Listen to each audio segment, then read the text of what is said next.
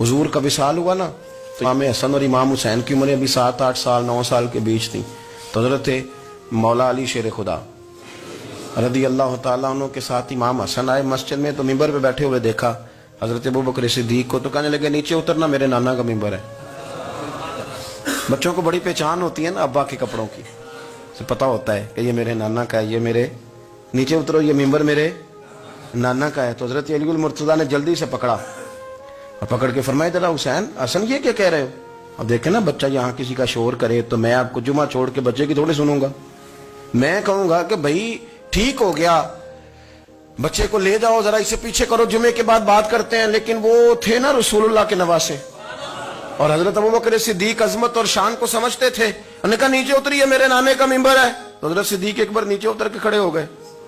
تو ایک جملہ, باقی بزرگوں نے بھی بڑا کچھ لکھا ہے, پر یہاں ایک بات شاہ عبد العزیز محدث دہلوی نے لکھی ہے. حضرت صدیق ایک بار رو پڑے, کہنے لگے حسن اگر ممبر تیرے نانا کا ہے تو ابوبکر بھی تو تیرے نانا کا ہی ہے نا, یہ کو باہر سے تو نہیں نا آیا, یہ بھی تیرے نانا کا ہے. تو حضرت امام حسن ہنسنے لگے, فرمانے لگے ٹھیک ہو گیا, بیٹھ جائے ممبر پہ, پڑھائیں جمعہ. سمجھ آ گئی ہے بات کی, پڑھائیں جمعہ. آپ کی بات کی مجھے سمجھ آ گئی ہے کہ اگر ممبر نانا کا ہے تو ابوبکر بھی تو انہی کا ہے نا جناب صدیق اکبر. اپنی زندگی وفاداری کے ساتھ, غلامی کے ساتھ, اور ادب نہیں چھوڑا ایک منٹ کے لیے, ایک سیکنڈ کے لیے. رسول کائنات صلی اللہ علیہ وسلم کے اگر کوئی بے ادبی کرتا تھا تو انہیں جلال آتا تھا. آپ کو ایک بات بتاؤں, غیرت نہ عشق کا حصہ ہوتی ہے. ہم بڑے شریف لوگ ہیں پر ہم کہتے ہیں سارے کام کرنا, حضور کے بارے میں بات کوئی نہ کرنا, یہ نہیں ہم برداشت کرتے. وہ کس طرح کا عاشق ہے کہ محبوب کے خلاف بات بھی سن گئے؟ یہ عشق ہے, یہ تو توہین کی تو نے. حضرت صدیق وہ بڑے میٹھے بڑے ٹھنڈے آدمی تھے. عروہ بن مسعود ثقفی بعد میں مسلمان ہوئے. وہ کہتے ہیں میں حدیبیہ کے موقع پہ آیا تو مجھے پتا تھا, میں جانتا تھا ابوبکر صدیق بڑی ٹھنڈی طبیعت کے آدمی ہیں. کہتے ہیں نبی پاک صلی اللہ علیہ وسلم کے گرد نا میں نے حالہ دیکھا غلاموں کا, کوئی ہاتھ باندھے کھڑا ہے, کوئی پانی کا قطرہ لینے کے لیے کھڑا ہے, کوئی وضو کا بچا ہوا پانی لینے کھڑا ہے. تو چونکہ وہ آئے تھے کافروں کی طرف سے تو تنقید کرنے والے کو کہانیاں بڑی مل جاتی. تو فوراً عروہ بن مسعود ثقفی کہنے لگے اے محمد ابن عبداللہ صلی اللہ علیہ وسلم, آج یہ آپ کے گرد کھڑے ہیں, پر جب تلواریں چمکیں گی تو دوڑ جائیں گے. تلواروں کے سامنے کھڑا ہونا آسان نہیں.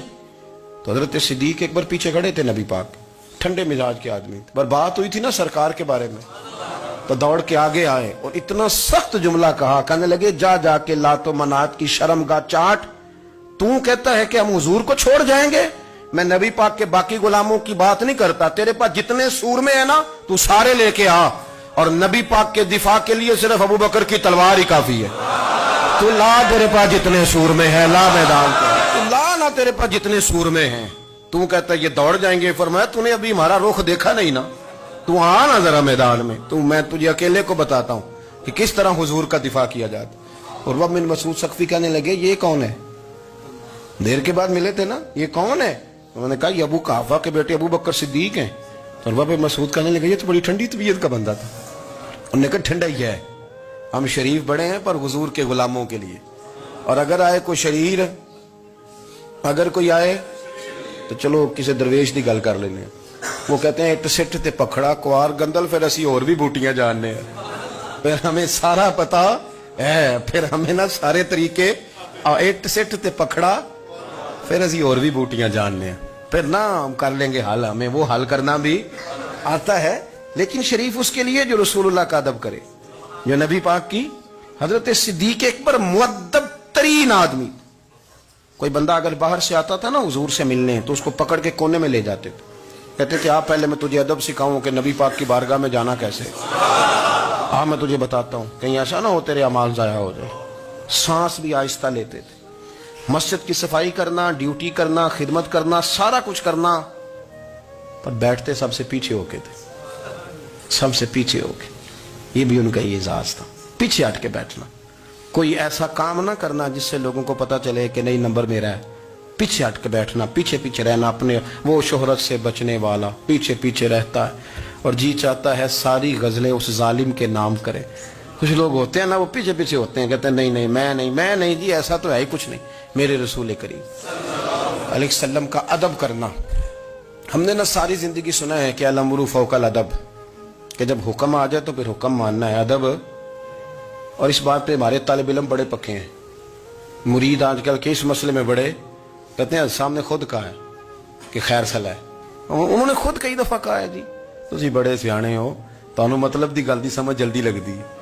انہوں نے خود کہا ہے کہ ٹائم ہو تو آیا کرو. یہ کب انہوں نے کہا ہے کہ مجبوری ہے روز ہی آنا؟ یہ انہوں نے کب کہا؟ ان کو بھی تو پتہ ہے نا مجبور ہے. تو آپ کو بھی تو پتہ ہے نا کہ ان کا آپ سے پیار ہے. آپ اس پر بھی تو تھوڑا غور کریں نا. لیکن ہم مرضی کا وہ ایک آدھ فکرہ نا، مرضی کا. وہ ایک طالب علم یہاں سے گیا تو میرا دل نہیں تھا جائے، تو وہ کہنے لگا جی مجھے حضرت صاحب نے خود کہا ہے، حضرت صاحب نے خود کہا. میں پوچھ کے آیا ہوں.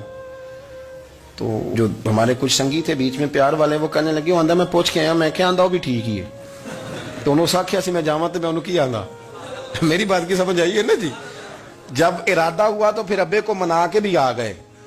جب ارادہ ہوا تو ابا جی کو میں نے جانا ہے بزرگوں کے پاس ملنے جانا ہے. اور جب ارادہ نہ ہوا تو کہنے لگے حضرت صاحب نے خود فرمایا ہے کہ ابا راضی ہوگا تو اللہ راضی ہوگا. چھٹی مرضی کا ہے نا مزاج، تو مرضی کی کہانی. تو میں الحمدللہ مجھے تھوڑا سا پتا ہے، ویسے بھی اپنے بال بچے کا پتا ہوتا ہے. ہاں جی کی آندے نے پیداندی کے جیندے سال ہی ویکھی دے نے. مجھے بھی پتا ہوتا ہے کہ آج کہاں کہاں کس کس انداز میں کیا کیا کہانی ہے، کہاں کہاں کیا سٹوری ہے.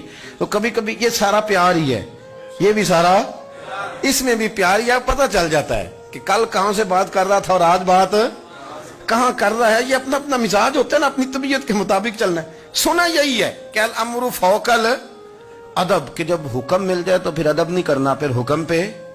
پر حضرت صدیق اکبر نے نرالا ہی کام کیا. حضور سید عالم صلی اللہ علیہ وسلم ایک صلح کرانے گئے، فرمایا میں دیر سے آیا تو جماعت کرا لینا. عصر کی نماز کا وقت ہو گیا. سیدنا بلال حبشی نے اقامت پڑھ دی. صدیق اکبر مصلی پہ کھڑے ہو گئے. اتنی دیر میں حضور بھی آ گئے. نماز میں لقمہ وہ دے گا جو نماز میں شامل ہو. ٹوٹیوں پہ کھڑا بندہ لقمہ نہیں دے گا. پہلے وہ آ کے اللہ اکبر کا شامل ہو پھر لقمہ دے. حضور آئے، صحابہ نے ہاتھوں پہ ہاتھ مارنے شروع کیے، اطلاع کر رہے ہیں کہ لوگوں حضور آ گئے. سرکار اگلی صف کے قریب پہنچے تو جناب صدیق اکبر نماز پڑھا رہے تھے. نماز لوگ تو بغیر نماز کے ادب کرنے پر اعتراض کرتے ہیں. میں بخاری شریف کی حدیث پیش کر رہا ہوں، نماز پڑھا رہے تھے. انہیں پتہ چل گیا نا حضور آئے ہیں، تو ایک قدم نماز سے پیچھے ہٹا لیا. نماز پڑھا کہ میں تے ول ویکھاں، او میں کعبہ بھول گیا آئی. ہن بھول گئیاں نہیں سب صوم صلاتاں، اکو یار دا فکر پہ آئی. حضرت صدیق اکبر نے ایک قدم پیچھے ہٹایا تو حضور نے فرمایا ابو بکر پڑھاؤ نماز. پھر دوسرا قدم پیچھے ہٹایا تو فرمایا پڑھاؤ نماز. تیسرا قدم پیچھے ہٹایا. ہم نے آج تک یہی سنا ہے کہ حکم ہو جائے تو حکم ماننا ہے، ادب. اور ہمارے ہاں یہی ہوتا ہے، پھر لوگ حکم ہی مانتے ہیں، پھر ان کو ادب بھول جاتا ہے. لیکن جناب صدیق اکبر 3 دفعہ حکم آیا پر پیچھے ہٹ گئے. حضور مصلی پہ گئے، نماز پڑھائی. نماز کے سلام کے بعد نا حدیث میں مختلف حکم آیا. استغفار پڑھو، اللہ اکبر کہو، آیت الکرسی پڑھو. 33 بار سے مختلف اذکار آئے، پر حضور نے آج کوئی ذکر نہیں، کوئی وظیفہ نہیں. سلام پھیرتے کہ ابو بکر میں نے جو 3 دفعہ کہا تھا نماز پڑھاؤ تو پڑھائی کیوں نہیں؟ ایک دفعہ نہیں 3. کبھی کبھی ہم بھی ناراض نہیں ہو جاتے، تینوں 100 بار ہی آکھے کہا 3 دفعہ جو کہا تھا نماز پڑھاؤ تو پھر پڑھائی. تو حضرت صدیق اکبر رو پڑے، ہاتھ دونوں باندھ دیے، گھٹنے زمین پہ رکھ دیے. عرض کرنے لگے کیا جملہ ہے، کیا ترتیب ہے. عرض کرنے لگے یا رسول اللہ، ابو قحافہ کے بیٹے کی اتنی بھی جرت نہیں کہ مدینے والے رسول کو نماز پڑھائے. میں اتنا بھی جرت مند نہیں ہو گیا حضور، میں کیسے آپ کے آگے کھڑا رہتا اور آپ میری، یعنی این نماز کی حالت میں، این حالت نماز میں بھی ادب. نماز پڑھا کہ میں تین ول ویکھاں. ان کا با بھول گیا میں نے بھول گئی نہیں سب صوم صلاتاں، اکو یار دا فکر پہ آئی. دوستو حضرت ابو بکر صدیق رضی اللہ تعالیٰ عنہ کا عشق، ان کا پریم، ان کا پیار، ان کی باتیں. ایک دن نا حضور کے وصال کے بعد اچانک نہ اس طرف جا رہے ہیں خاصے مسجد سے دور چلے گئے. تو حضرت عمر تھوڑا طبیعت کو جانتے تھے، جناب عمر پیچھے دوڑے، کہنے لگے کدھر جا رہے ہو؟ چپ کر گئے. کیا ہوا، کدھر جا رہے تھے؟ ابو بکر سیانے بندے ہو، امیر المومنین ہو، کہاں جا رہے؟ تو رو پڑے. کہنے لگے ایک دفعہ نا حضور سفر پہ گئے ہوئے تھے تو اس طرف سے واپس آ گئے تھے، تو مجھے خیال آیا شاید اس طرف سے آ نہ رہے ہوں. حضرت عمر رو پڑے. کہنے لگے ابو بکر اب تو حضور نے پردہ کر لیا، جنہاں دے دل بر جانی وچھڑن کون روے پھر تھوڑا. سب روگاں دا روگ محمد جس دا نام آپ ساری سیرت کی کتاب میں پڑھ لیں گے حضرت ابوبکر صدیق کا وصال کس بیماری سے ہوا. لوگوں نے قول کیے ہیں کہ وہ سانپ کا زہر آ جاتا تھا، فلان چیز تھی، لیکن کو بندہ وجہ تلاش کر سکا؟ کیا وجہ تھی وصال ہو گیا؟ کیا بیماری تھی؟ کیا تکلیف تھی؟ باقی وجوہات آپ کو ملیں گی. حضرت عثمان غنی شہید ہو گئے، حضرت عمر شہید ہو گئے، مولا علی، ابوبکر صدیق چلے گئے 63 سال کی عمر. وجہ کوئی نہیں بتائے گا. جب شدید بیمار ہوئے تو حضرت عمر فاروق نے ایک طبیب بلایا، وہ بڑا سیانا تھا. اس نے سارا چیک کیا تو نباز تھا. کہنے لگا یار کوئی بیماری تو سمجھ میں نہیں آتی. تو حضرت عمر تھوڑا سا جلال میں، یرانہ تھا نا، جلال میں کہنے لگے ابو بکر مسئلہ کیا ہے؟ دن بدن کمزور ہوتے جا رہے، نماز پڑھانے کھڑے ہوتے تو ٹانگیں کانپتی ہیں، مسئلہ بتائیں کیا ہے؟ طبیب اتنا بڑا ہے، یہ تو بندہ کا چہرہ دیکھ کے بیماری بتا دیتا ہے، اور یہ کہہ رہا ہے کوئی بیماری نہیں. تو حضرت صدیق اکبر خاموش ہیں. پھر حضرت عمر کہنے لگے ہم سارے آپ کی وجہ سے چلتے ہیں، لوگ سارے پریشان ہیں، آپ حضور کے جانشین بتاتے کیوں نہیں؟ جب تیسری دفعہ کہا تو حضرت صدیق اکبر کہنے لگے عمر زیادہ باتیں نہ کر، تجھے پتہ نہیں مجھے کیا بیماری ہے؟ نہیں پتا تو میں بتاؤں؟ نہیں پتا تجھے؟ بول. تو جناب عمر رو پڑے، کہنے لگے ابو بکر مجھے پتا ہے، آپ کا دیدار کے بغیر کام نہیں چلتا. وقت نا لمبا ہو گیا، چر ہو گیا، میں ترلے لیندیاں کدی موڑ میرے ول واگا، خواب میری وچ ایک وار دیاں میں میں ساری عمر نہ جاگا. مجھے پتا ہے آپ کے مرض کا، پر ابو بکر امت کو ضرورت بھی تو ہے نا.